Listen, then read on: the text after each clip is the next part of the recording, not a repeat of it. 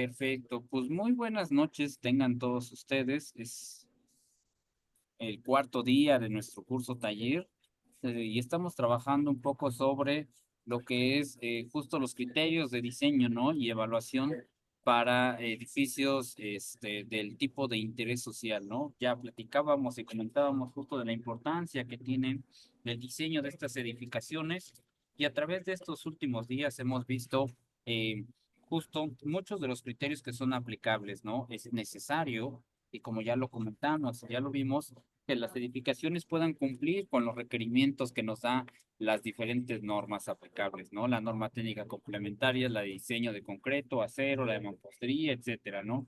Y bueno, aquí fíjense que pues bueno, tenemos varios aspectos que debemos revisar todavía. Hemos visto por ahí a través de los días un poco sobre estos criterios y hemos platicado principalmente aspectos relacionados con las edificaciones, un poquito en general, pero también criterios específicos. En la última clase mencionábamos y veíamos un poco sobre el uso del software, ¿no? El uso del programa, que la verdad es que, digo, fue bastante interesante ver, trabajar cómo se llevan a cabo la introducción de los datos al programa. Yo les mencionaba y les hacía la comparativa con la memoria de cálculo y, pues bueno, básicamente la interpretación de resultados es muy fácil y eso ayuda bastante para que tú puedas entender qué datos le ingresas al programa, pero también qué datos obtienes del mismo software, ¿no? Entonces, a la larga eso ayuda porque, pues para que tú puedas manipular un programa, un software, pues ya es mucho más fácil y más comprensible el poder trabajar este tipo de requerimientos o instrumentos, ¿no? Existen programas en el mercado como ETABS, como SAP, como, pues no sé, otro tipo de programas, Midas, por ejemplo, ¿no? Pero el problema que surge con este tipo de programas es que a veces el manejo o la operación de este tipo de programas pues es un poquito complejo en la inducción de datos, ¿no? Entonces, pues nos cuesta un poco más trabajo el poder interpretar y el poder trabajar con los programas, ¿no? Se nos pide que tengamos experiencia o conocimiento para poder manipular los programas y bueno, la ventaja de este software que les mencionaba y les mostraba en la clase pasada, pues tiene bastante practicidad, ¿no? Para todo lo que nosotros hacemos y es mucho más fácil de poder operar. 22, mostrador 1. 22, mostrador 1. Perdón por esto, estoy desde el Office Max y pues obviamente se escucha un poco el tema de la, ¿cómo se llama? Bueno, cuando llaman al turno. Ok, les comentaba entonces en este sentido, pues bueno, este programa, este software, tampoco se trata de hacer publicidad sobre el mismo, ¿no? Pero sí que ustedes vean las diferentes herramientas que tenemos y que podemos ocupar al día de hoy para desarrollar este tipo de procedimientos. Ok, bueno, voy a continuar y les voy a mostrar, por ejemplo, para el día de hoy, principalmente lo que es el contenido de lo que es la memoria de cálculo estructural, ¿vale? Y algunas recomendaciones, de, las recomendaciones de construcción, ¿no? Que es importante que nosotros podamos justamente revisar y comentar, ¿no? Dentro del contenido de la memoria de cálculo, en lo que les proyecto la presentación, les empiezo a platicar un poquito. El contenido de la memoria de cálculo estructural lo vamos a basar principalmente en lo que nos dice el artículo 53 de nuestro reglamento de construcciones, en el cual este artículo 53 pues nos menciona algunos aspectos que debemos de cumplir, ¿no? Y tomar en cuenta principalmente para el tema de las manifestaciones de construcción.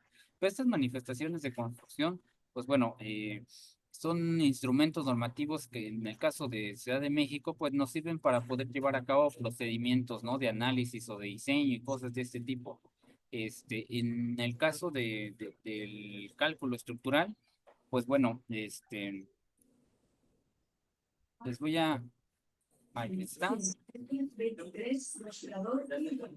de una presentación o de un webinar que se impartió hace ya un par de días. 3, 0, 24, mostrador 3. Ahí está, les estoy mostrando justamente la presentación y bueno, les decía, es un archivo que presenté hace un par días en alguna plática que nos invitaron, el 3 de mayo, efectivamente, y habla sobre el contenido de dicha memoria de cálculo, ¿no? En este sentido, bueno, yo les quiero platicar un poquito de este instrumento. La memoria de cálculo como tal, pues como vemos ahí en pantalla, pues es un instrumento como tal en el cual, o un documento descriptivo a través del cual nosotros tenemos que reflejar todos los procedimientos técnicos que utilizamos para el diseño de las estructuras, ¿no? En el cual debemos hacer todas las consideraciones para poder determinar tanto las acciones que van a estar actuando sobre la estructura, pero también acciones que van a estar creándose o esfuerzos que se van a estar generando, pues de la actuación de estas fuerzas, ¿no? Tenemos fuerzas, unas fuerzas externas y debemos de considerarlas para el diseño de los elementos estructurales, así como también utilizar el impacto de las acciones ambientales, como lo pueden ser, por ejemplo, cargas de viento, cargas de sismo, empujes laterales del terreno, que son muy importantes que nosotros podamos considerar tanto en magnitudes como también en dirección para el diseño de los elementos. Ahora bien, para el caso de la memoria de cálculo, vamos a tener dos tipos. Uno de ellos es la memoria de diseño estructural. Y esta memoria es aplicable para edificaciones justo en proceso de diseño, pues, estructuras nuevas que se van a construir apenas, que necesitamos conocer las dimensiones de los elementos estructurales, la forma de conexión, el tipo de armado. Bueno, justo la memoria que estaríamos aplicando es esta, la de diseño estructural. La segunda memoria es aplicable para edificaciones existentes. Cuando yo voy a hacer un proceso de diseño de una edificación, pues bueno, no conozco nada, no conozco las características de la estructura, pero sí conozco pues, la distribución arquitectónica. Veíamos en una clase pasada el tema del análisis del proyecto arquitectónico. ¿Sí? Mande, ingeniero Pamela, la escuchamos. Es que tenía proyectos, pero no sé qué hacer. Mande, ingeniero Pamela. Ay, no, nada, dije, perdón. Ok, gracias. Comentábamos entonces justamente de esta segunda memoria. Entonces, yo tengo una estructura que voy a, les comentaba, de una estructura nueva, bueno, pues no tengo nada de conocimiento de la estructura más que la distribución arquitectónica. Pero cuando ya empezamos con un proceso como tal de una estructura ya existente, pues en una estructura existente yo necesito determinar cómo se está comportando esta, si cumple con los reglamentos de construcciones, con las normas, el nivel de distorsiones, estados límites de falla, estados límites de servicio. Y justo la memoria de revisión lo que me va a ayudar a hacer es justamente eso. En ella voy a plasmar los procedimientos y cálculos que yo he hecho para determinar que los elementos en cuanto a dimensiones o armado o distribución de acero cumplen con los aspectos que tienen un buen comportamiento, ¿no? Eh, Esto es algo muy común porque, por ejemplo, cuando vamos a hacer procesos de dictaminación, la memoria de revisión estructural, pues básicamente es el elemento principal para poder hacer, plasmar esta información, ¿no? Ya lo hemos visto en clases pasadas que, pues, el reglamento de construcciones a través del artículo 146 y 177 nos habla sobre los criterios de estructuración, ¿no? El 146 básicamente le da fundamento a la memoria de cálculo estructural y el 177 a la memoria de revisión estructural. Serían los dos instrumentos normativos técnicos que debemos tomar en cuenta para esta condición. De entrada, el artículo 53 nos dice que la memoria de cálculo debe ser expedida en papel membretado, ¿no? De la empresa o del proyectista, en donde conste el número de cédula profesional. Y ahí en pantalla les muestro justamente un ejemplo de una memoria, ¿no? De un proyecto pasado donde hicimos el cálculo de una sustitución de una losa de estacionamiento. Este proyecto era bastante interesante porque era una losa existente y resulta que la losa tenía un nivel de daño importante y al final, bueno, nos pidieron hacer una propuesta y los vecinos eligieron la sustitución de la losa. Bueno, vemos ahí en pantalla de la portada, pues bueno, nos habla sobre el papel membretado. En la parte superior vemos los logos. Queda la versión anterior de nuestros logos de empresa, pero bueno, eran los logos, ¿no? Después nos pide no, el número de cédula profesional y la firma, y ahí vemos justamente la cédula profesional, en mi caso, la de su servidor, y el espacio correspondiente para la firma. Y nos pide, bueno, la localización, que en este caso, pues ahí está la dirección del proyecto como tal. Al final, Cuando nosotros entregamos un proyecto, y esto es importante, se firman al calce todas las hojas que integran la memoria de cálculo. Y es importante como sugerencia que todas las hojas vayan numeradas. Si tenemos, por ejemplo, una memoria que se forma por 20 hojas, por decir algo, pues bueno, preferentemente que sea uno de 20, 2 de 20, 3 de 20, 4 de 20 y así, ¿no? Para que no perdamos, primero, continuidad en el archivo y segunda, que no nos puedan alterar o modificar alguna hoja, que en algunas ocasiones pasa, ¿no? Entonces, la segunda. Otra cosa importante es que firmamos todas las hojas, pero ojo con esto.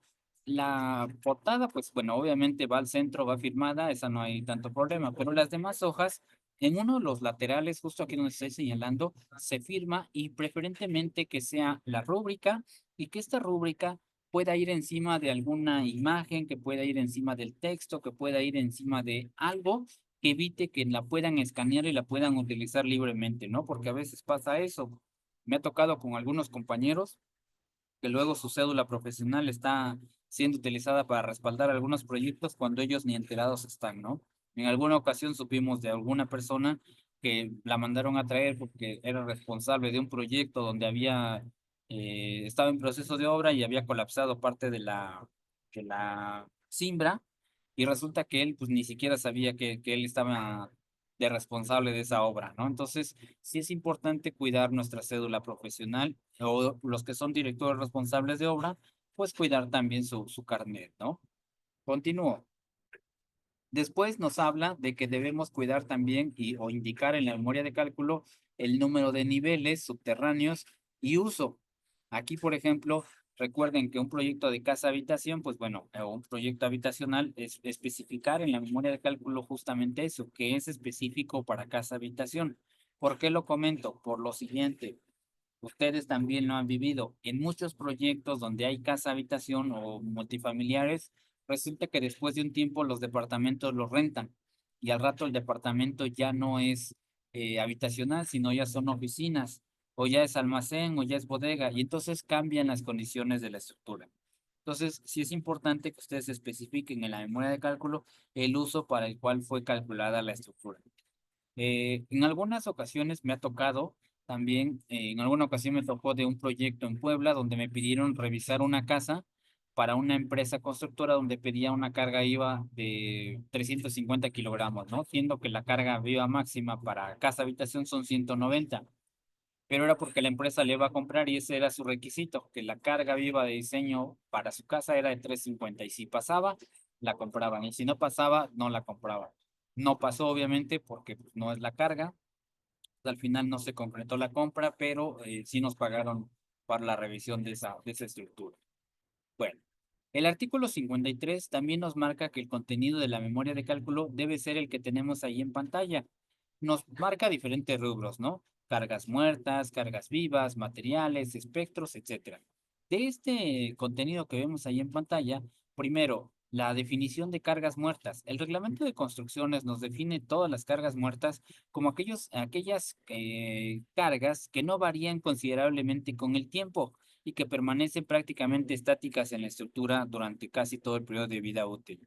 Ahí hablamos del peso propio de los elementos, de las columnas, de las traves, las losas, hablamos del peso de acabados, hablamos del peso del falso plafón, los muros divisorios, los muros no estructurales, las fachadas, las cancelerías, los rellenos, el impermeabilizante, la sobrecarga reglamentaria, todos estos tipos de carga, pues realmente no van a cambiar, porque si yo pongo un piso pues en mi entrepiso o sobre mi piso, una cerámica sobre mi piso, esta cerámica no la voy a estar cambiando cada tercer día o cada semana. Va a ser la misma y voy a hacer un cambio hasta en 10 años o 15 años cuando a lo mejor la loseta se agriete, ¿no? O si tengo yeso en las paredes, ese yeso no se va a cambiar por lo menos en unos 15 años, ¿no? Entonces, como son cargas que permanecen constantes en magnitud, se consideran cargas muertas. Después tenemos las cargas vivas, que como lo habíamos comentado, estas dependen principalmente del uso de la construcción y van a variar. Ya veíamos en una clase pasada que existe una tabla en la norma técnica de criterios y acciones para diseño estructural donde nos marca los materiales y nos dice, perdón, en las cargas vivas y nos dice en función del uso cuál va a ser la carga viva máxima que debemos ocupar, ¿no? Y vemos que principalmente es los usos, ¿no? Restaurante va a tener uno, lugares de mucha concurrencia va a tener otra carga, casa habitación va a tener otra, oficinas va a tener otras, lugares de reunión va a tener otras. Y esto es importante porque en el caso de un proyecto de interés social, algo que pasa muy común es que luego le cambian el uso, ¿no? Les decía, luego un departamento luego lo vuelven bodega y entonces, bueno, el uso de la azotea o de la losa, perdón, entrepiso ya es diferente y entonces tendríamos que revisar esa losa para ver si cumple con ese nuevo uso que se tiene ocupada, ¿no? Como tal. Después nos habla de los materiales. Y ahí en el caso de los materiales, voy a ir pasando las diapositivas para que ustedes vayan viendo también la información. Vean, por ejemplo, para el caso de cargas muertas, pues obviamente es importante dimensionar y calcular estas cargas muertas. Vemos ahí en pantalla unos ejemplos de los famosos análisis de cargas, que los análisis de cargas no son otra cosa más que la cuantificación de la carga que va a estar actuando sobre la estructura, pero va a depender principalmente de los sistemas que tenemos para la solución estructural, ¿no? Vemos ahí en pantalla, por ejemplo, del lado derecho, un análisis de carga para una losa de concreto de un espesor de 10 centímetros, pero vean, considera todos los materiales que van a estar actuando sobre ella, ¿no? Entonces, es importante que ustedes tengan a la mano, y creo lo comentábamos en una de las clases pasadas, tener el proyecto de acabados a la mano, ¿no? Para que nosotros vayamos cuantificando las cargas en función de esos materiales que se van a ocupar. En muchas ocasiones no se cuenta con un proyecto de acabado y lo que hacemos es, pues, estimar algún tipo de acabado convencional que se pueda colocar, ¿no? Pero sí es importante a lo mejor hacer una nota aclaratoria en la memoria para indicar que los materiales utilizados para el cálculo fueron tales y que en caso de que se coloque alguno diferente o con diferente magnitud, será importante notificar al calculista para que éste pueda revisar la condición de la estructura, ¿no? Creo que sería una buena nota aclaratoria. Y vemos del lado izquierdo dos ejemplos de justo de losa artesonada, una de azotea y una de entrepiso, ¿no? Y aquí creo que es importante el conocimiento de los procedimientos constructivos para saber qué materiales van a estar actuando. Y de ahí otra cosa que sería importante, perdón, es el tema del peso de los materiales, peso volumétrico. Vemos ahí en pantalla que nos pide justamente este peso volumétrico, pero ¿de dónde lo vamos a obtener? Bueno, pues ese peso volumétrico, el reglamento de construcciones, el reglamento de construcciones nos marca justamente unas tablas de materiales, pero también vean en internet, ustedes pueden encontrar justamente estas tablas. Vean ahí en pantalla, está cargando, pero pueden visualizar estas tablas donde les dan los pesos de los materiales. Vean, ahí vienen las densidades. ¿Qué tienen que hacer ustedes? Pues consultar el material que van a ocupar y tomar el valor que viene en la tabla. Pero ojo, recuerden que a veces los materiales pueden cambiar en función de qué, pues bueno, en función de la zona o el lugar. Estos son los pesos que vienen ahí en la tabla, pues son valores como tal de materiales en la zona, ¿no? Pero pues muchas veces los bancos de material son diferentes, entonces sería importante pedirle al laboratorio que haga los estudios correspondientes para determinarnos los pesos volumétricos o incluso acercarnos a los bancos de materiales a preguntarles los pesos volumétricos para poder estimar de manera adecuada las cargas, ¿no? Obviamente en la memoria especificar si es necesario pues el peso volumétrico y el banco del cual se obtuvieron los datos, ¿no? Perfecto, me regreso a la presentación.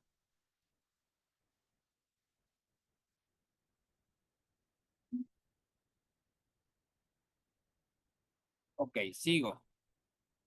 Después les comentaba las cargas vivas que ya les mostré en la tabla, que ahí viene en pantalla y que ya decíamos que estas cargas vivas varían en función del uso de la estructura. Y bueno, ahí vemos diferentes usos, ¿no? Que también ya lo comentábamos. En el caso de los materiales, como les comentaba, y ya veíamos en unas clases pasadas, Cuando nosotros vamos a utilizar algún tipo de material, sí es importante, sí es necesario que especifiquemos en la memoria el tipo de material o y si es posible la marca o el proveedor que suministra el producto. Eh, Recuerden que vienen las fichas técnicas de los productos y entonces nos toca a nosotros, lo veíamos en la clase pasada, hay que entrar a la ficha técnica de los fabricantes y obtener de ahí los datos o propiedades mecánicas. Pero ojo con esto, ya lo mencionábamos también, si ese es el material que nosotros estamos ocupando para el diseño, pues tratar de que sea ese. Si no lo encontramos en la región, buscar uno que tenga propiedades similares. Y yo les mencionaba con anterioridad, la norma técnica de mampostería nos dice que, por ejemplo, el peso volumétrico para un bloque macizo sólido debe ser de 1.700 kilos. Es un bloque sólido de 14 por 20 por 40 debe rondar los 17 kilos. Pero la realidad es que, pues, el bloque comercial incluso nos llega pesando 8 o 7 kilogramos. Y les mencionaba también que sus propiedades mecánicas de ese bloque van a estar correlacionadas con su peso volumétrico. Si el blog no pesa lo que debería pesar de acuerdo a la norma y pesa la mitad, pues obviamente sus demás propiedades mecánicas también se van a ver reducidas a prácticamente la mitad, ¿no? Entonces, cuidar esa parte. También les mencionaba en una clase pasada que en algunas zonas, en algunas regiones, pues no se tiene un material que cumpla con los pesos o con las propiedades mecánicas que da la norma. Bajo ese aspecto, en algunos lugares, en algunas zonas, lo que se hace es construir con esos materiales, pero se refuerza, se colocan repellados estructurales, ¿no? Que son repellados con malla electrosoldada. Y de esa manera incrementan la rigidez y la resistencia del sistema completo, ¿no? Pero bueno, son soluciones que se pueden ir adoptando en función de la zona. O puedes diseñar incluso con ese material, pero hacer las consideraciones para que se marque un nivel máximo de niveles, ¿no? Porque luego a veces tú construyes planta baja y primer nivel y para eso revisaste y resulta que al rato ya le incrementaron un siguiente nivel o dos niveles más, ¿no? O ya le cambiaron el uso a la azotea, ya se volvió terraza. Y entonces, bueno, ya tenemos una condición diferente de la estructura. Entonces, bueno, tal vez a lo mejor en la memoria valdría la pena hacer una nota aclaratoria sobre este tipo de, o el uso de los materiales. Igual en el caso de la varilla, pues revisar esta, ¿no? En alguna ocasión me tocó incluso ver un TikTok, a ver si ahorita lo encuentro en la pausa, donde tienen un material, creo, no recuerdo de qué país, un país, eh, de Oriente y nos mostraba una varilla que ni siquiera tenía, bueno, la golpeaban e inmediatamente se fracturaba esa varilla, ¿no? Entonces, pues es importante revisar las propiedades mecánicas de los materiales, ¿no? Y que estas pues se compren en un lugar reconocido o con un fabricante que nos pueda dar respaldo. Luego a veces decimos que tiene como que está cerrada, ¿no? Entonces la quieres doblar tantito y se rompe o se truena, ¿no? 25, mostrador 100. Continúo. Ok, perdón. Tengo aquí un tema. Un momento.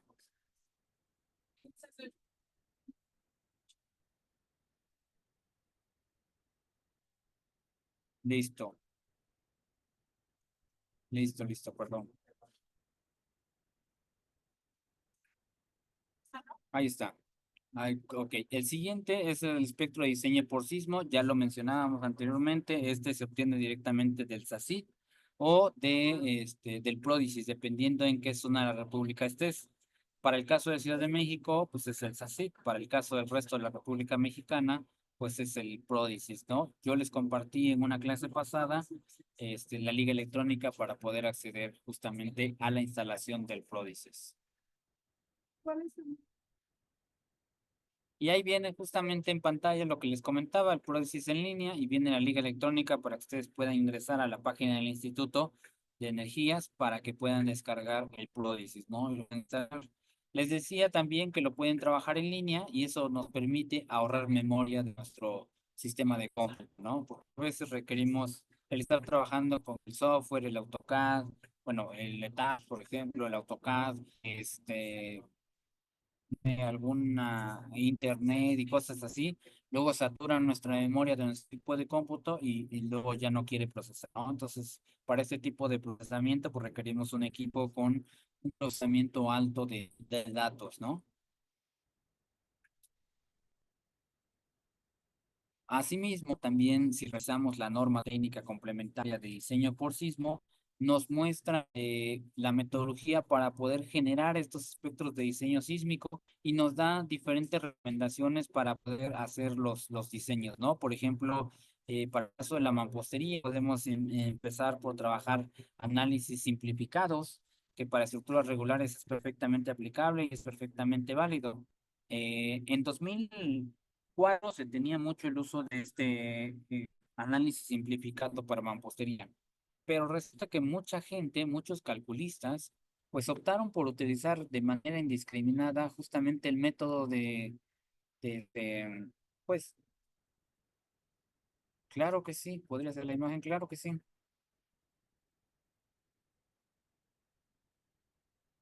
ahí está. Entonces venía la aplicación del método simplificado, pero les decía que muchos calculistas lo utilizaron de forma indiscriminada. Entonces, pues resulta que al rato no se cumplían todos los requerimientos para poder aplicar el método simplificado, pero aún así lo hacían. Y entonces, bueno, eso generó ahí mucha controversia porque algunas estructuras que querían un análisis más refinado, pues no lo tenían, ¿no? A raíz de eso, en 2017 y mesas técnicas que se tenían de la norma, pues los investigadores, los especialistas optaron por eliminar en 2017 la aplicación del método simplificado y se eliminó. Ya no existía más el método simplificado. Pero resulta que salió otra problemática, porque ahora resulta que las construcciones pequeñas, como por ejemplo una caseta de vigilancia, como una pequeña bodega, un local comercial pequeño, requería ya hacer un análisis, pues un análisis estático, dinámico, un análisis más complejo, ¿no? Y eso implicaba el poder utilizar un software. Pues mucha gente se quedó, o bueno, de ahí engreció los proyectos, los procedimientos de cálculo, porque pues ya no te lo podía hacer cualquiera, sino ya tenía que ser alguien que conociera los softwares.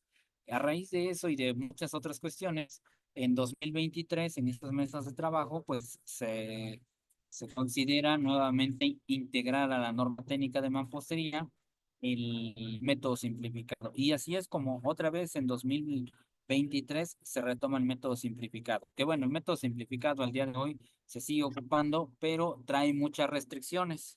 Entonces, bueno, en ese sentido, pues bueno, lo podemos aplicar, pero considerando esas restricciones. Que bueno, ahorita les estoy abriendo la norma técnica pues las normas técnicas, ¿no? Para que ahí les muestre en qué parte de la norma podemos encontrar justamente este criterio de diseño. 26, mostrador 1. Foto 26, mostrador 1.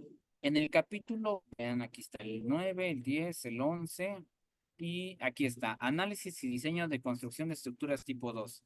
Y nos habla sobre el procedimiento del método simplificado, que lo vamos a ver aquí, ¿no? Y nos dan estos pequeños valores para poder aplicar el método. Aquí están los valores para compresión diagonal y nos da algunas especificaciones, ¿no? Aquí está el método simplificado de análisis por cargas laterales. Entonces nos da algunas consideraciones que debemos tomar en cuenta para poder hacer el diseño de de estructuras de mampostería a través del método simplificado y pero para que sea un poco más fácil de poder entender las construcciones que podemos analizar con método simplificado son las que están como esta que vemos aquí en la imagen. Si ustedes alcanzan a ver en la imagen, nos dice que para que nosotros podamos aplicar el método simplificado, pues debemos cumplir, por ejemplo, que tengamos muros completos desde la cimentación, ¿no? Que los muros de carga vayan desde la cimentación hasta la azotea.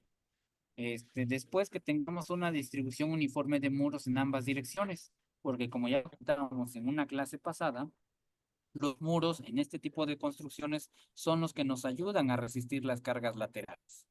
Después también nos habla del tema de la excentricidad y nos dice que en este caso, por ejemplo, la excentricidad debe ser 0.01 veces la base menor de de nuestra estructura.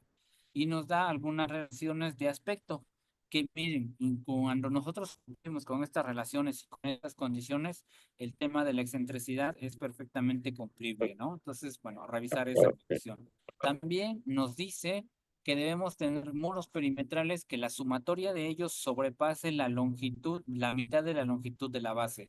Es decir, que por ejemplo, si yo tengo 10 metros acá, pues mis muros, 27, mostrador 2. perdón, tengan una longitud mayor a 5 metros, ¿no? Que es la mitad de la longitud del muro. Entonces, pues bueno, normalmente sí los tenemos. Probablemente a lo mejor tengan un hueco, alguna ventana o algo, pero si tenemos una casa de 10 metros de largo, es seguro que vamos a tener muros de al menos 5 metros, ¿no? Nos da algunas relaciones de aspecto que la base máxima debe ser entre la base mínima debe ser menor o igual a 2 y la altura total del edificio entre la base mínima debe ser de alrededor de 1,5. Son estructuras pequeñas de planta baja, primer nivel y máximo segundo nivel, ¿no? Nos dice aquí, por ejemplo, que debe tener una altura no mayor a 2 niveles, máximo 2 niveles sin apéndice. Los apéndices son estos anexos que vemos en la azotea de este pequeño es un apéndice, que es un anexo. Pero para que pueda ser válido, pues bueno, nos dice que debe ser menor o igual al 0,15 veces el área de la azotea. Entonces, esta área de azotea, si yo tengo 20 metros cuadrados, pues debe ser menor a 0,15 de 20 metros cuadrados, ¿no? Si no, ya se considera como un siguiente nivel y ya no se podría aplicar el método simplificado. Y nos dice que deberá tener un área no mayor, perdón, un área total no mayor a 250 metros cuadrados, con claro aproximadamente 4 metros, ¿no? Que bueno, en este tipo de cuestiones es fácil de poder cumplir. Y nos dice que el 75% de las cargas que nosotros tenemos de las losas debe estar soportada por muros confinados o muros con refuerzo interior. Entonces, vean cuáles son los requerimientos y requisitos que nos da la norma para poder aplicar el método simplificado.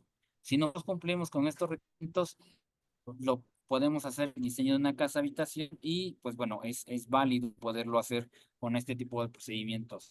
Pero si realizamos el método estático es muy similar al método simplificado, nada más que lo que varía es que en el método estático, el método dinámico, ya consideramos rigideces y excentricidades de la estructura y en el método simplificado solamente se revisa la resistencia a carga vertical, horizontal y momento flexionante. No se revisa si esta estructura cumple distorsiones, ¿va? Entonces, eso lo hace más sencillo y por eso se le determina como método simplificado. Hasta aquí me gustaría preguntar a los presentes si tenemos alguna duda, alguna pregunta o algún comentario con la información que estamos visualizando hasta este momento. De mi parte, no, ingeniero, todo claro. Perfecto, Honorio. ¿Alguien más? ¿Todos bien? Inge, acabo de entrar, buenas noches, acabo de entrar. Sí. De qué norma es esa? ¿De De qué la lo que norma, sí, de la norma técnica complementaria de diseño y construcción de estructuras de mampostería. Ok, sí, sí, Gracias. gracias.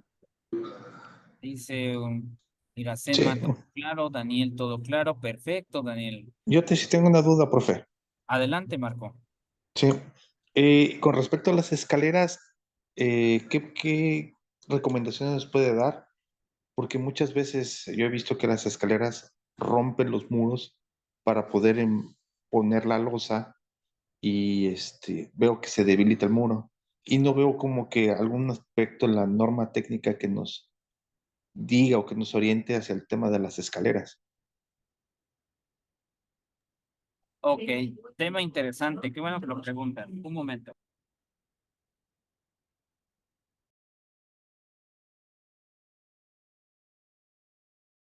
En el caso de las escaleras, fíjense que existe un criterio plasmado, no de manera directa, que desafortunadamente no tenemos como una guía como tal, pero sí existen algunas recomendaciones. De entrada, cuando nosotros diseñamos una escalera, por ejemplo, de concreto, si ustedes han visto los diseños modelados de escaleras, normalmente modelamos la escalera como una losa y a ver un momento, listo. Voy a compartirles mi pantalla.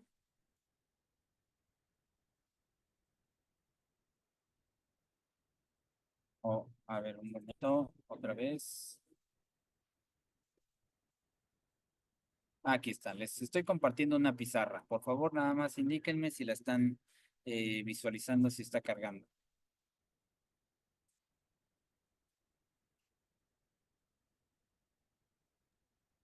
No, no, no se ve. Ok, listo.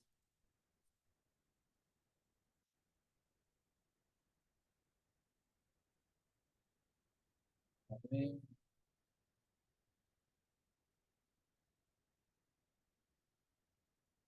Listo. Voy a compartir a través de PowerPoint.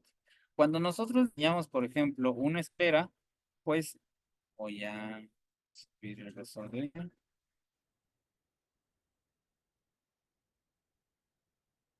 Por ejemplo, tenemos esta escalera así, ¿no?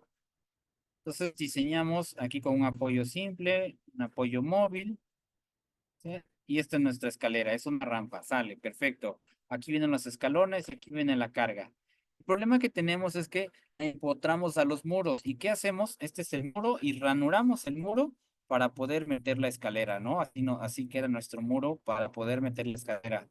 Pero la escalera es un elemento horizontal muy rígido, que si no la diseñamos con esta concisión que tenemos acá, pues lo único que vamos a generar, primero, al ranurar ya estamos rompiendo la resistencia del mismo. Esto no se tiene que hacer.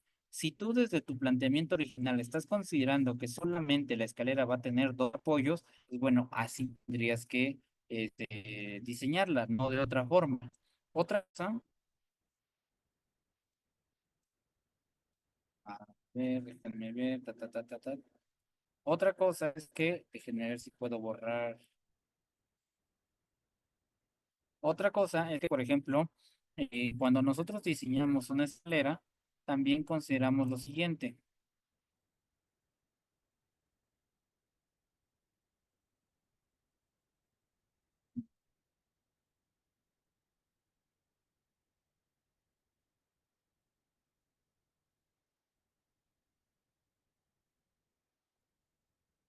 Estoy aquí dibujando según una rampa de escalera, ¿no?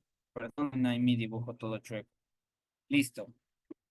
Otra cosa es que, por ejemplo, los arcados, cuando nosotros los planteamos, en esta, si nosotros dibujáramos los momentos que tenemos, voy a poner aquí otra vez el dibujo, ¿vale? Entonces, lo que yo voy a tener aquí para mis momentos es un momento y luego otro momento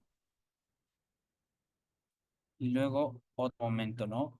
Si se dan cuenta, pues en los extremos de las conexiones o los empalmes aquí, por ejemplo, en este cruce, voy a tener momentos positivos, ¿sí? Como si yo tuviera una viga apoyada, doblemente empotrada, ¿no? Si ustedes se acuerdan, en una viga doblemente empotrada tengo momentos en los extremos y tengo momento también al centro, ¿ok? WL cuadrada sobre 12 y WL cuadrada sobre 24. Este momento que yo tengo acá es el mismo que yo voy a tener aquí o que voy a tener de este otro lado. Pero lo que pasa aquí con los armados es que no lo sabemos colocar. Normalmente colocamos una sola cama de varillas y ya. Y no es así, porque el acero, recuerden que va en función de los momentos. Entonces, si yo tengo esta escalera, perdón, esta viga, y quisiera hacer el armado, pues vean, en la parte superior tengo un momento, yo tendría que colocar cero acá. Aquí tengo un momento, tendría que colocar a cero acá. Y aquí tengo un momento en la parte superior, tendría que colocar a cero acá. En la escalera es el mismo criterio, que normalmente no lo aplicamos. Entonces, ¿cómo debería ser? Si se dan cuenta, en el extremo yo tengo momento, entonces tendría que tener acero acá y mi acero va hacia acá. Entonces, yo podría, por ejemplo, arrancar con un acero en este sentido, perdón, así, y luego llevarlo hacia la parte superior, ¿no? Voy a pasarlo así, ahí está, y conecto. Luego, aquí, por ejemplo, también tengo este acero que viene hacia acá. Y voy a dibujar con otro color. Ujú. El acero que yo tengo en la parte superior lo puedo seguir hacia acá. Ahí está. Y el acero que yo tengo acá, perdón, el acero que yo tengo acá, vean, lo cruzo y lo llevo hacia acá. Y al final, En estas partes, pues bueno, voy a tener justo acero aquí, ¿sí? Así, y acero acá, ¿sale? Más o menos así, ¿no? Entonces, si se dan cuenta, los aceros se van a ir entrelazando y de esa forma le damos resistencia y cubrimos las áreas donde tenemos mayores momentos en las escaleras.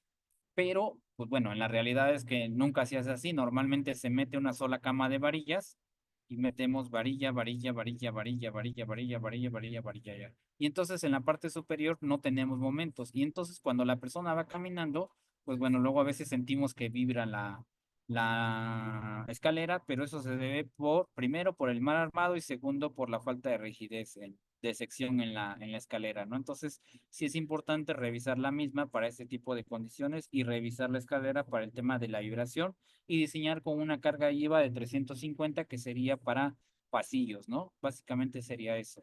Entonces, no es necesario empotrar nuestra escalera si nosotros ya diseñamos bajo esta condición. Este, y bueno, de entrada creo que eso es lo que les podría decir al respecto del tema de escaleras. Inge Daniel, la escalera de la carga viva es de 350. Sí, así es, conforme a lo que nos indica la norma. ¿Alguien más? ¿Preguntas? ¿Comentarios? Y no sé si con eso dimos atención más o menos a la pregunta que Sí, nos hizo el compañero Marco. sí, sí, Inge, nada más una otra duda. El arranque de la escalera cuando es losa de cimentación, eh, he visto algunos casos que le ponen una contratrave de arranque y en otros casos donde la empalman a la losa de cimentación. ¿Cuál sería lo correcto que se tendría que hacer ahí nada más? Buena pregunta. ¿Qué pasa con el caso de la escalera para el arranque? Por ejemplo, si es mi escalera, perdón por mi dibujo, es que me brinqué el kinder. Ahí está. Entonces, por ejemplo, nosotros estamos considerando un apoyo y aquí estamos considerando otro apoyo, ¿sale? ¿Qué tenemos que hacer? En la superior, aquí, para poder dar solución a esto, la escalera debe llegar directamente a una travesía o una pequeña dala para que entonces los aceros que vienen directamente del armado de la misma anclen a la cadena, no anclen a la losa. Nosotros tenemos que rematar la losa con una cadena, que ahí es donde va justo a fijarse la escalera. Esa es la primera. Y esta escalera, pues bueno, se tendrá que diseñar con la mitad del peso que tenga la escalera. Y en la parte de abajo, aquí tenemos dos opciones. Si nosotros tenemos que cimentar sí o sí la escalera. Muchas veces luego nada más una losita y sobre la losita le empiezan a explantar. No, puede ser así. A esta yo le tengo que colocar, por ejemplo, su dado y tengo que colocarle su zapata si quiero hacerla así, o su cimiento de piedra con una dala y sus cimientos de piedra. Pero tiene que ser una cimentación especial para mi escalera. Ahora bien, ¿la puedo anclar a la estructura principal? Sí, siempre y cuando yo diseñe, considere la mitad del peso que va a estar descargando sobre esa contratrave o sobre la cimentación de la casa. Si no lo he hecho así, es mejor generar una cimentación aparte para esta escalera y evitar agrietamientos en la propia cimentación o hundimientos o fracturamientos que también luego a veces, si no compactamos bien, pues bueno, luego llega a fracturarse, ¿no? Entonces, pues básicamente sería la forma más apropiada sería una cimentación aparte. Eso, y una cimentación apropiada, correcta, diseñada con las especificaciones de mi escalera. ¿Vale? Perfecto, muchas gracias, profe. No, al contrario. Déjenme ver a ver si les puedo buscar ahorita en el transcurso de la noche algunos croquis de armados de escaleras y se los mando para que ustedes vean justo cómo se entrelazan los armados, porque les digo que normalmente ponemos una sola cama de armado y ya con eso pensamos que la estructura pues ya va a trabajar bien. Y la verdad es que pues no, no es así, ¿no? Se los busco y se los comparto para la siguiente, para en el transcurso de la noche. Sí, Gaby, no te preocupes, yo los comparto. Ok. ¿Qué otra cosa? Bueno, dentro de la misma memoria de cálculo estructural viene también lo que es el requerimiento para el factor de comportamiento sísmico y las condiciones de regularidad.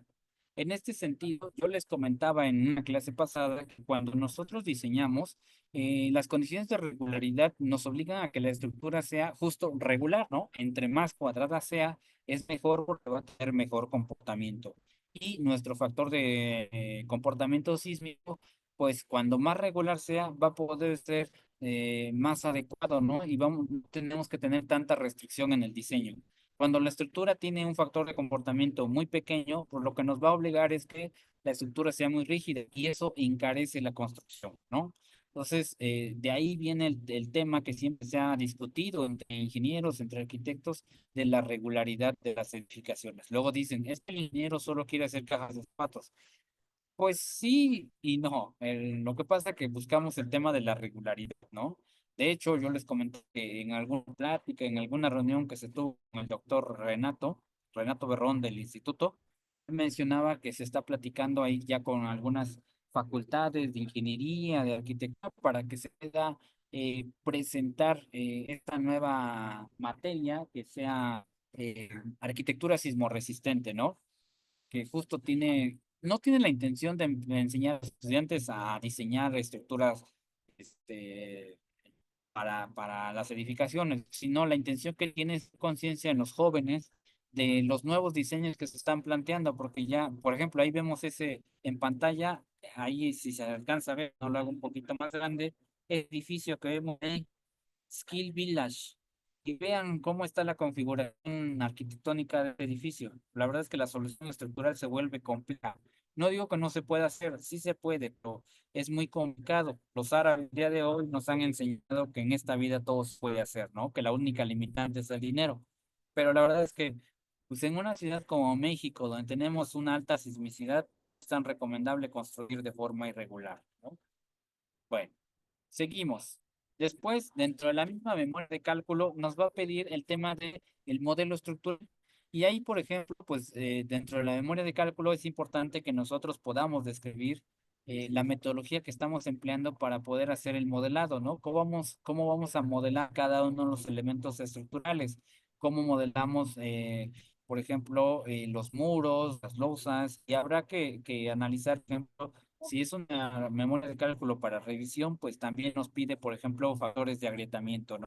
Si el elemento está dañado, tenemos que agrietar nuestro elemento. Si no está muy dañado o está bueno, nuevo, bueno, a lo mejor la conclusión es diferente, ¿no? También, por ejemplo, no es lo mismo modelar en un programa, una losa maciza, que podemos modelar un elemento, por ejemplo, ¿no? Por decir algo, pero no es lo mismo que modelar, por ejemplo, una losa nervada o una losa de vigueta y bovedilla, porque el comportamiento va a ser diferente. Una losa de vigueta y bovedilla se apoya en una sola dirección y una losa maciza se apoya en los cuatro lados, ¿no? En su perímetro. Entonces, el comportamiento va a ser diferente y los datos que nos dé, pues bueno, van a ser diferentes. Aparte, la rigidez del sistema de piso es diferente. Entonces, el comportamiento va a cambiar, ¿no? Es importante saber cómo modelar estos elementos, ¿va? Recuerden que cuando nosotros hacemos el modelo estructural, incluso también en el software, en el programa, pues vamos a ejecutarnos un rato para poder hacer la revisión del mismo, porque a veces modelamos y la orientación de los elementos no es la adecuada, o la ubicación o la posición con respecto al eje, y hay que estar girando los elementos, moviéndolos, cambiándolos, girándolos, por ejemplo, para que estos coincidan con lo que realmente vamos a construir en obra, ¿no? Entonces, refinar el modelo estructural pues va a ser recomendable y es importante dedicar tiempo que sea necesario para poder generar el modelo estructural, ¿no? En la actualidad, pues, la ventaja es que tenemos ahí mucha concordancia, vamos a decirlo así, con muchos programas. Entonces, cuando tú generas o tienes el plano de la estructura en ¿Qué te AutoCAD comporta? o en Revit, pues No, puedes no, no, generar como yo te directamente. quiero. Ingeniero. A ver tus ojitos. Ay, qué bonitos ojitos, qué hermosos, preciosos ojitos. Inge Rosendo, no le entendí tu pregunta.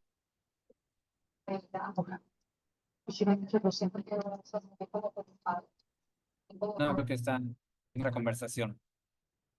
Ok, perfecto.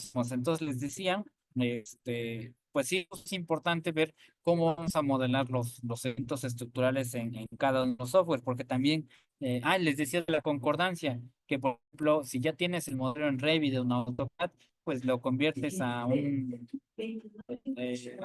archivo especial en AutoCAD y de ahí ya lo extraes directamente a Etaps, a SAP, a Eco, ya lo puedes jalar y no tienes que estar dibujando doble vez el modelo, ¿no? Perdón. Dale. Entonces, es la gran ventaja, ¿no? Y bueno, a pantalla les puse en la parte de abajo un nuevo software. Este software Dynavin es un software que sale se les voy a mostrar a ver si lo tenemos.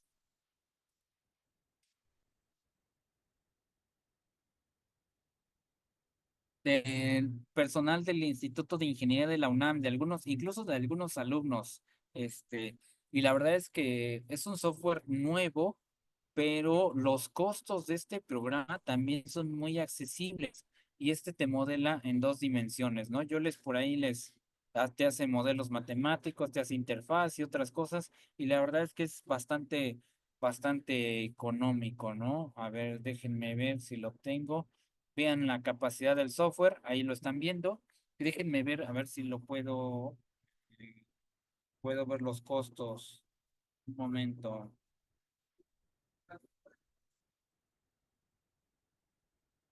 Un momento.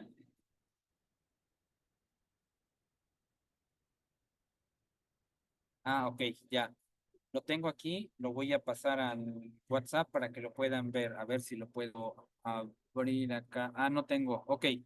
Bueno, los costos de este software rondan los 7,000 pesos semestrales, cada 6 meses pagando. Y la verdad es que digo, en un cálculo de una casa habitación, perfectamente sale el costo de la, de la cuota del software.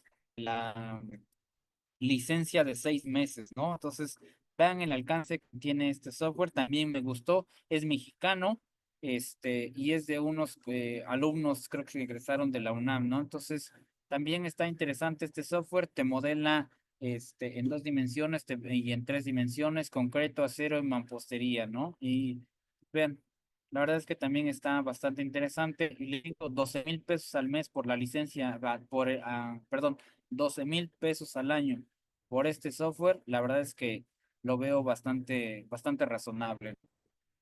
Entonces, bueno, ahí está otra recomendación que pueden utilizar para diseñar elementos de concreto, de acero, mampostería, ¿no? Entonces, vean el alcance que tiene el software, ¿no?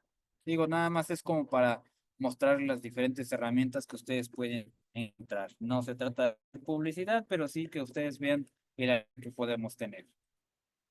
Después, no sobre las diferentes combinaciones y las acciones por sismo, que bueno, ya la habíamos comentado en alguna ocasión, la norma técnica de criterios y acciones, los diferentes factores de carga que nosotros necesitamos para poder hacer estas combinaciones de acciones.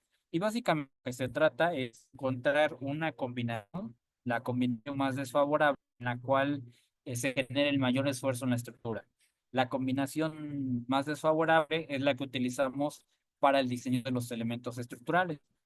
Tenemos que considerar carga muerta, carga viva y las cargas accidentales.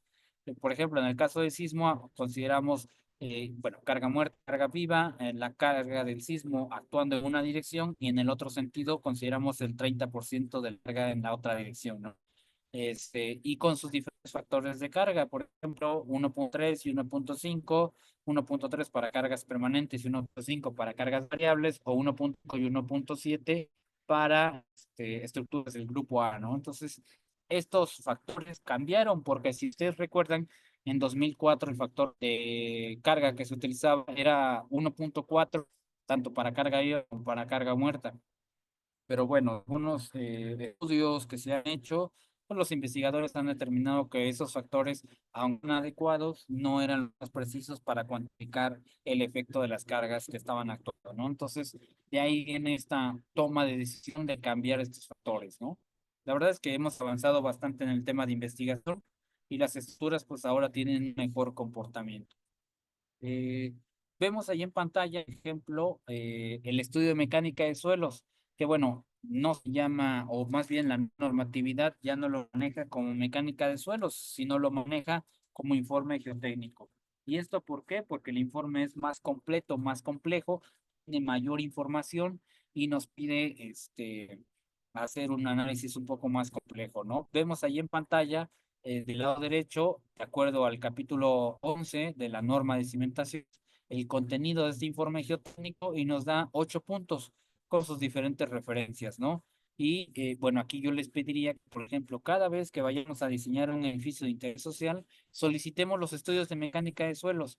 Otra cosa importante, hay que asesorarnos con el laboratorio y un laboratorio de confianza, un laboratorio de calidad, porque bueno, normalmente nosotros estamos acostumbrados o el cliente incluso, el cliente no va a querer pagar un estudio de mecánica de suelos, pero también luego a veces nosotros estamos acostumbrados a un estudio de mecánica de suelos, pues el más económico, ¿no? ¿Cuál es el estudio más barato? No, pues un pozo a cielo abierto, pues hazte ese.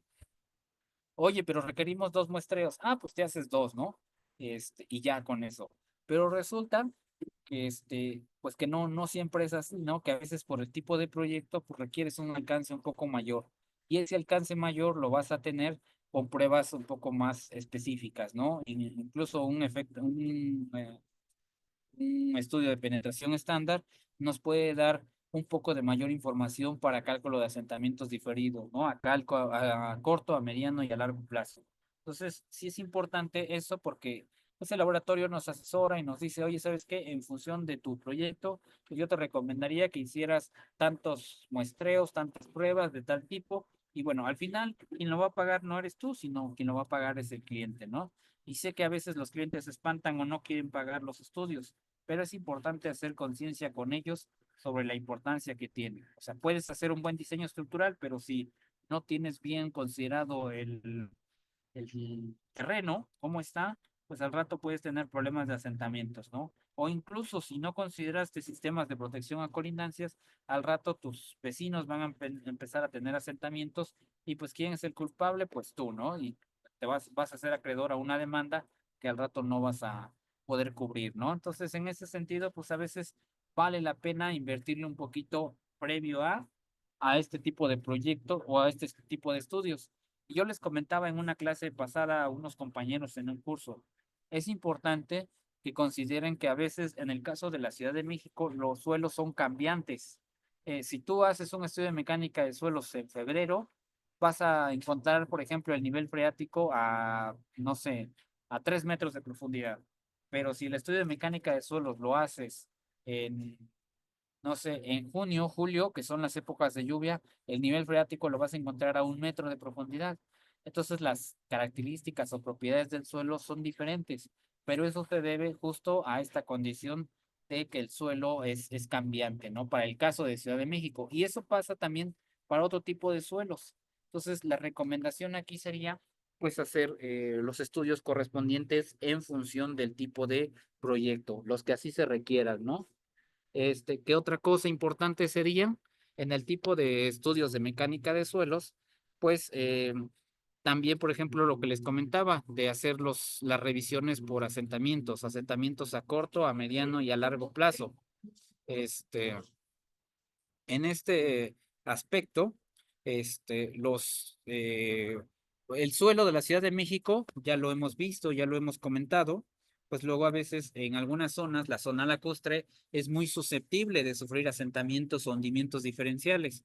Y aquí la recomendación es justo hacer los análisis para saber qué tanto se va a asentar tu estructura a corto, a mediano y a largo plazo, ¿no? Porque pues al rato, esos asentamientos pueden generar hundimientos o pueden generar afectaciones sobre las construcciones colindantes. Y cuando se está haciendo la excavación para la cimentación de tu estructura, pues revisar las construcciones colindantes, porque a veces las construcciones colindantes no tienen cimentación. Y si tú construyes bajo ese tipo de parámetros, ¿qué vas a encontrar? Pues que al rato la construcción colindante se dañe y tú vas a ser el culpable, ¿no? Aunque tú me digas, oye, pero es que no tiene cimentación. Pues sí, pero la construcción como tal hasta el día de hoy está estable. Lo único que cambió es que tú construiste, ¿no? Y entonces, aunque suena un poquito ilógico, la verdad es que así pasa, ¿no? Entonces, Para evitarnos ese tipo de problemas, pues mejor revisen la cimentación. Otra cosa en el caso de los estudios de mecánica de suelos es que revisen también las propiedades del suelo cuando se está excavando. ¿Por qué lo comento? Porque a veces hacemos un pozo a cielo abierto o una penetración estándar en el suelo, pero resulta que a 10 centímetros, a 1 metro o a 2 metros, el suelo ya cambió. Entonces ya no es el mismo y no puede tener el mismo comportamiento. A veces es más duro y pues eso es favorable, pero habrá ocasiones en que el suelo no sea así, ¿no? Sea más duro, sea más blando, perdón, o sea más compresible y entonces eso es desfavorable para tu construcción. Cada vez que vayamos a hacer la excavación de una cimentación nueva, revisar que este coincida con las propiedades o características que tenemos en el estudio geotécnico. Si no coincide, hablarle al calculista y al laboratorio para que nos den la recomendación respecto a la cimentación. Y proteger la cimentación a su vez también, el tema de la impermeabilización para evitar que la humedad o el agua suba por capilaridad, pues bueno, también ayuda bastante a proteger o a darle durabilidad a nuestras construcciones. ¿Dudas o preguntas hasta acá? En el caso de la cimentación, Inge, Sí, con respecto a la cimentación, ¿qué pasó? sí, perdón, sí, es viable hacer el cambio, por ejemplo, con el cambio del subsuelo para hacer compactación con concreto pobre. Ah, ok. Los sistemas de mejoramiento de terreno. Bueno, Es es correcto, sí, el válido el poder mejoramiento. utilizar. Sí, exacto. Es válido poder hacer procesos de mejoramiento del terreno, siempre y cuando el laboratorio sea quien te dé esa instrucción y no sea a criterio personal. Algunos métodos de mejoramiento de la capacidad de carga del terreno son cambiar el suelo. A veces se tienes arcillas o tienes terreno altamente compresible y se sustituye una capa superficial y vas compactando. En algunas otras se mete, por ejemplo, relleno con balasto y vas rellenando y compactando. En algunas otras se sustituye y se riega, por ejemplo, grava, o en algunos otros se mete cemento, por ejemplo, y le vas dando compactaciones mecánicas y mejora la resistencia del terreno. Si es válido. Existen muchos procedimientos para poder estabilizar o dar o incrementar la resistencia. Incluso de los métodos más modernos que existen es la inyección de minerales al suelo y te ayuda a mejorar el comportamiento, las características, la capacidad de carga del terreno. Es muy bueno, pero son métodos modernos, nada más que son un poco caros, pero sí se pueden hacer. O sea, procedimientos de mejoramiento son válidos y podemos hacer varios. Entendido, muchas gracias. No, al contrario, Jessy. Ok, seguimos entonces. Y bueno, dentro de lo que es la memoria de cálculo, nosotros tenemos que agregar y definir las expresiones que estamos utilizando para el diseño de los elementos, ¿no? El diseño de la zapata, el diseño de la contratrave, el diseño del cimiento de piedra, pues debemos de agregar las fórmulas y al final agregar un ejemplo detallado de cómo hicimos el diseño de la cimentación, ¿no? Eso sería importante para poder complementar la memoria de cálculo. A veces nos vamos con la idea de que tenemos que especificar a detalle el diseño de cada uno de los elementos, pero no, el artículo 53 nos dice que con que incluyamos un ejemplo detallado, con eso es más que suficiente para poder cumplir con la memoria de cálculo, ¿no? Y lo vemos ahí en pantalla, 1 o 2 ejemplos bien detallados y con eso es más que suficiente, ¿no? En el caso de los elementos del diseño de la superestructura, igual misma condición. Podemos definir las expresiones empleadas y agregar 1 o 2 ejemplos detallados, representativos de los elementos, ¿no? Por ejemplo, losas, un diseño de un tablero de losa, ¿no? Traves igual una trave, columnas igual una columna. Y así nos vamos, ¿no? Un diseño representativo y con un ejemplo es más que suficiente para poder cumplir con el requisito que nos da la norma, ¿no? Y al final, pues obviamente las diferentes revisiones que se nos piden. Esto para que cumpla con estados límites de falla y estados límites de servicio.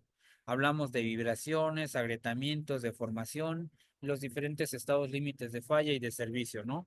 Entonces, pues aquí nada más como recomendación, hagamos la revisión de los elementos, que estos cumplan y vámonos a la segura, ¿no? Dice un amigo, hay que dormir tranquilos.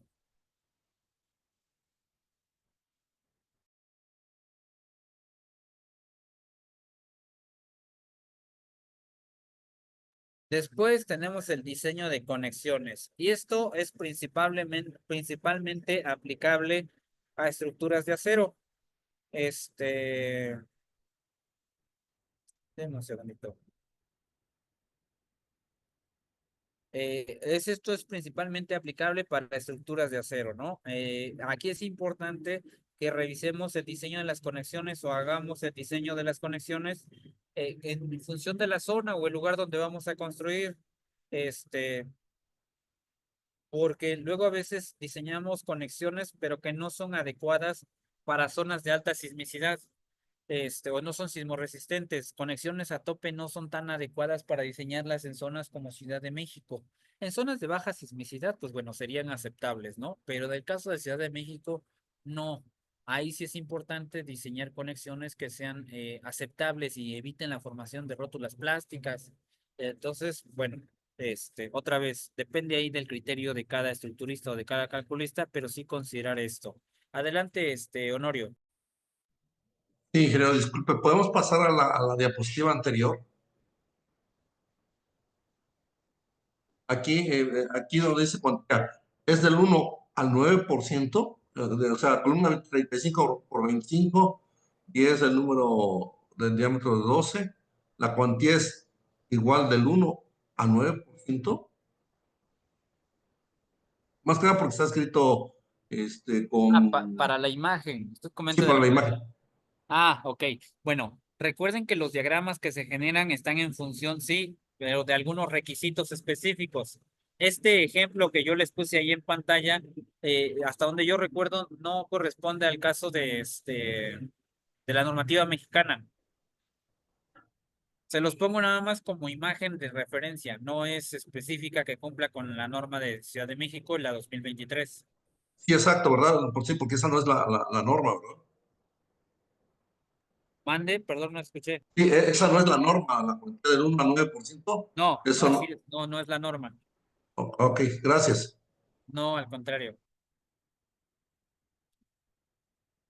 Ajá, entonces les comentaba, pues igual aquí nada más el tema de considerar el diseño de las conexiones, ¿no? Y de acuerdo a la zona en la que estamos. Después, en el caso de los anexos, aquí eso no lo maneja como tal el artículo 53, se los pongo yo adicional, pero aquí en los anexos hay que agregar, por ejemplo, fichas técnicas de materiales, fichas técnicas de productos, especificaciones de algún procedimiento constructivo, el tema del mejoramiento del terreno, extraerlo directamente del estudio de mecánica de suelos y agregarlo como un anexo especial.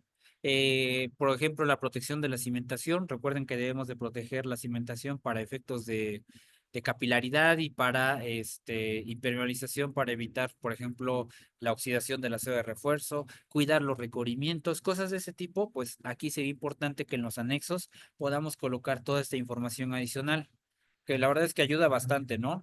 Incluso cuando tenemos estructura metálica, los planos de montaje son muy buenos agregarlos como anexos porque especifican muchas cosas que en el plano estructural no vienen.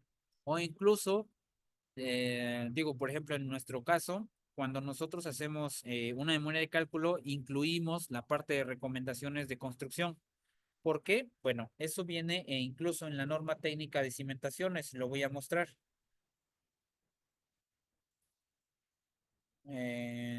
A ver, espero que lo estemos viendo. Sí, ahí está. En todas las normas viene, pero lo traigo ahorita un poquito más presente en la norma de mampostería y por eso se los voy a mostrar de ahí. Vean, en el capítulo 10 vienen recomendaciones de construcción y son estas que vemos en pantalla. Vean, es de la A a la O. Aquí, por ejemplo, sería importante, de hecho, agregamos parte de estas recomendaciones de construcción a la memoria de cálculo con la intención de que se puedan cumplir. Aquí en estas recomendaciones de construcción nos habla principalmente de cuidar los armados, cuidar los diámetros, los empalmes, revisar las especificaciones que se nos da en los planos de construcción, porque luego a veces el plano de construcción trae una recomendación, pero vincularlo también con la memoria de cálculo, cuidar la calidad del cementante, cuidar el mortero utilizado, perdón, ahí está, 1406, el tipo de cementante a utilizar, el pegado de la pieza, también luego a veces las piezas de barro, de arcilla se tienen que humedecer previa a su colocación y bueno, en algunas ocasiones no se hace, no se coloca, no se utiliza, ¿no? O no las humedecen, ¿no?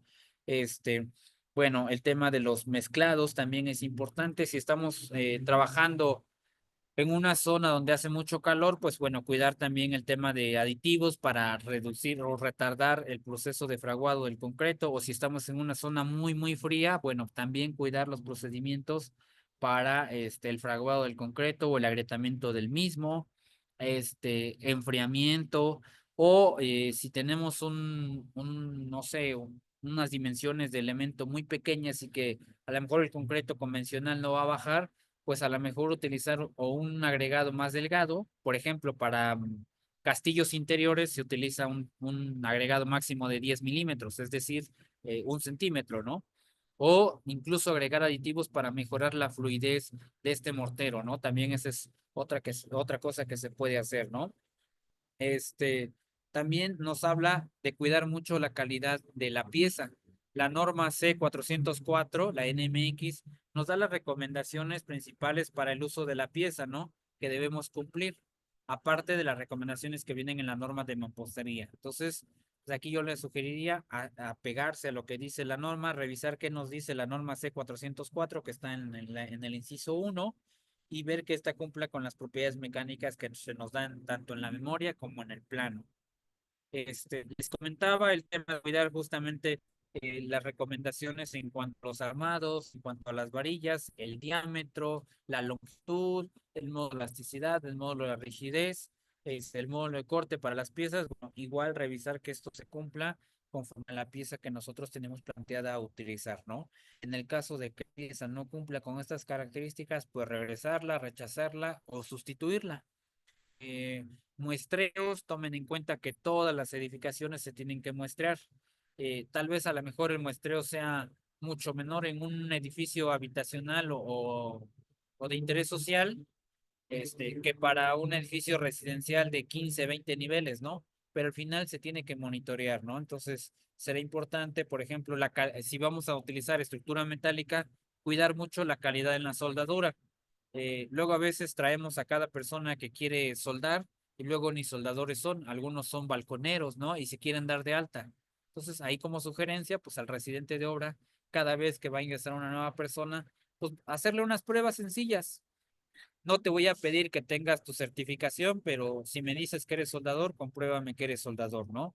Te doy una placa y te pido un escurrido, un levantado, te pido cierta característica de la soldadura, un cordón de tal longitud con cierto diámetro y y revisa, ¿no? Que realmente lo haga, ¿no? Si él te dice que sabe aplicar electrodo, pues dile, a ver, muéstrame, ¿no? Y lo ves, porque a veces te dicen que sí y lo subes y resulta que puro cacahuate te están haciendo, ¿no? Ves la soldadura y tiene mucha discontinuidad, tiene huecos, oquedades, haces una prueba de líquidos penetrantes y tiene orificios por todos lados, ¿no? Entonces, ¿qué te obliga a eso? Pues a volver a pulir la soldadura y volver a aplicarla, ¿no? Y es tiempo perdido y el tiempo en obra es dinero, ¿no? Entonces, cuidemos ese tipo de condiciones. Si vamos a hacer estructura de concreto, igual el tema de la supervisión, el vaciado del concreto, el fraguado, el secado, nos van a ayudar muchísimo a evitar agrietamientos, ¿no? Y si ya los tenemos, pues corregirlos, ¿no? También es válido decir, pues ya me equivoqué, ni modo. ¿Qué sigue? Pues corregirlo, ¿no? Si tengo que demoler algún elemento, no se tienten el corazón, porque eso al final les puede ser muy perjudicial, ¿no? Entonces, si tengo que demoler un elemento estructural, ni modo, hay que hacerlo y es preferible absorber un gasto de 15,000, 20,000 pesos de material al rato tener una demanda de una obra grande, ¿no? Entonces, o una obra completa, ¿no? Pues bueno, recomendaciones en general son esas, ¿no? Y pues básicamente sería eso, básicamente. sería eso lo que tenemos que mirar para la construcción de edificios habitacionales, ¿no? No sé si hasta este punto exista alguna duda, alguna pregunta o algún comentario. No, de mi parte, no, ingeniero, todo claro.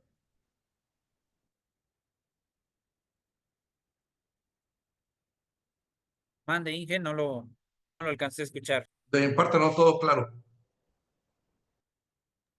Gracias, gracias. Dice, no, maestro, todo perfecto. Arqui Rafael, no, muchas gracias. Gaby, muchas gracias. Todo bien, todo bien. Ok, perfecto. Pues básicamente era mostrarles esto, ¿no? Les comentaba, pues originalmente el taller estaba planeado para 3 sesiones, pero pues ya nos dimos cuenta que era bastante información y que obviamente en 3 clases, pues no lo podíamos, impartir, ¿no? Y por eso decidimos ampliar una clase más, que fue prácticamente este, la clase del día de hoy, ¿no? Esta información, Arqui Rafael, claro que sí, se les hace llegar, se les comparte la presentación y se les comparte toda la información. Tal vez en este momento no, porque, pues bueno, por la hora, pero el día de mañana, en el transcurso del día, le voy a pedir a la ingeniera Rocío que les comparte toda la información. Hay un grupo de WhatsApp, por favor, si en algún momento pasan unos 3 días y no les ha llegado las grabaciones o no les ha llegado la presentación, escríbanos a través del grupo para que nosotros podamos revisar qué es lo que está pasando con esa información que nos ha enviado. ¿Vale? ¿Alguien más? ¿Alguna duda, pregunta o comentario?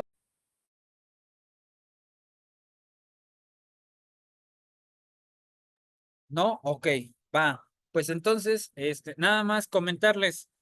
En un par de días traemos ahí proyectado con los colegios de arquitectos, no, ahorita no recuerdo cuál colegio es el que nos lo está solicitando, pero hay un colegio que nos está solicitando un curso y nos están pidiendo también un par de alcaldías hacer pláticas o un taller sobre evaluación y revisión de estructuras temporales, lo que son los escenarios. Últimamente han visto que ha habido muchos accidentes con este tipo de instalaciones. Entonces, bueno, comentarles, en un par de días vamos a tener ese curso, invitarlos primero de antemano y segundo, el tema de comentarles que en el caso de ustedes, para los participantes de este curso taller de evaluaciones de edificios de interés social, vamos a estar regalando por lo menos al menos una beca. Entonces estén pendientes, les vamos a informar para que igual puedan participar en la dinámica y se puedan ganar la beca para que sea gratuito para la persona que gane, ¿no? Y para los demás, bueno, ya se les estará invitando para que puedan participar. Pero es interesante, ¿no? Porque luego a veces no hay una, pues, normatividad específica, así que nos hable de qué es lo que yo tengo que revisar, ¿no? Y ahí es más bien es de criterio. Vamos a platicar un poquito de cómo poder llevar a cabo los procedimientos de análisis, de diseño, también un poquito del tema de la supervisión, del monitoreo, qué tengo que hacer ahí en la obra o en el sitio o en el evento, eh, en el evento, este, para ver, por ejemplo, en qué momento vamos a suspender el evento en caso de lluvias fuertes o vientos fuertes, el tema de planeación, ¿no? Porque hemos visto, por ejemplo, en el caso de la de Gustavo Madero, en medio de la lluvia estaban montando, ¿no? Ahí sí es un poco de falta de criterio, ¿no? Este, eh, pero bueno, necesitaríamos conocer a fondo las causas para saber qué es lo que pasó, ¿no? ¿Por qué estaban montando durante la época de viento, ¿no? Pero sí son criterios que debemos tomar en cuenta y más adelante, bueno, lo vamos a ver y creo que sería bastante interesante para todos. Un momento, déjenme nada más ver.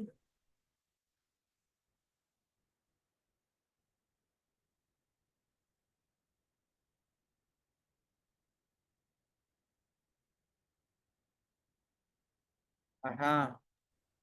Hola Inge, buenas noches. Inge, y bueno, justo aquí está la ingeniera Rocío, ya para el cierre como tal de este pequeño curso taller, que espero haya sido de su agrado, que les haya dado información adecuada, que cumpla con las expectativas que ustedes tenían. Y pues bueno, le cedo la palabra a la ingeniera Rocío. Adelante, Inge. Excelente ingeniero, muchísimas gracias. Pues nada más que nos queda más que agradecer todo su tiempo, su paciencia y su confianza por capacitarse con nosotros, por seguir aprendiendo de la mano del ingeniero Ismael y del equipo de Geocaps, Consultoría, Capacitación y Cursos. Cerramos el día de hoy este breve taller de consideraciones de diseño estructural para casas de interés social. Les agradecemos a todos su participación y bueno, vamos a continuar con el tema de las evaluaciones, como ya ha comentado el ingeniero Ismael, ya para emitir sus constancias. Esperaríamos para el cierre de la semana poder tenerlas, depende de los días de entrega. No sé, Inge, ahí si tenemos los días o ya se coordinaron, y si no, para mandárselos en el grupo para que lo puedan entregar los que hagan falta de la información. Y pues bueno, aparte de eso, el día de mañana les estoy compartiendo los contenidos de las sesiones, les hago un recuento de todas las grabaciones, del material compartido para que ustedes lo tengan, y posteriormente, yo digo que para antes de la quincena del siguiente mes ya está la plataforma lista, les estaremos dando el acceso a ella con este curso también. Entonces, vamos a seguir en contacto, les pido por favor que no se salgan del grupo para poder cerrar y poderles mandar toda la información. Al igual, había algunos que me comentaron que no habían ingresado al grupo, les mando toda la información por correo en lo que registraron en el formulario para que ustedes lo tengan también ahí en su información. Pues sin más preámbulo, para dejarlos descansar esta excelente noche, muchísimas gracias a todos, descansen, y el día de mañana me estoy comunicando con ustedes por WhatsApp. Bueno, cualquier cosa, ya saben, tienen mi número de contacto, también el de ingeniero Ismael, con toda confianza, háganos llegar sus dudas, comentarios, siempre nos reiteramos a sus órdenes, y pues bueno, aquí seguimos con ustedes, siempre dándoles las gracias por su confianza. Que pasen una excelente noche, ingeniero Ismael, siempre gracias por su disposición y apoyo. Gracias, saludos a todos. Gracias, ingeniero. Que Gracias. descansen, bonita noche. Gracias a ustedes, gracias. Buenas noches, buenas noches. Descansen, nos vemos.